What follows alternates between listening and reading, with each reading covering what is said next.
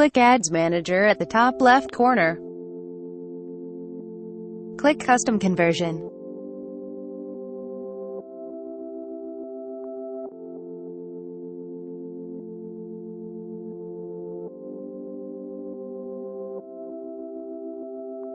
Click Create Custom Conversion.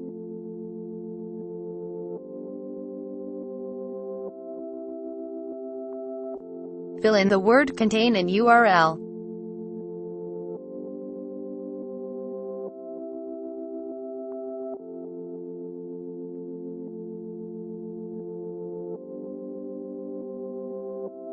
Naming the custom conversion. Choose category.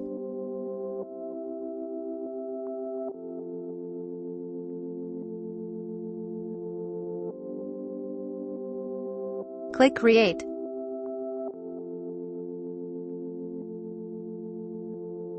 Your custom conversion are ready now.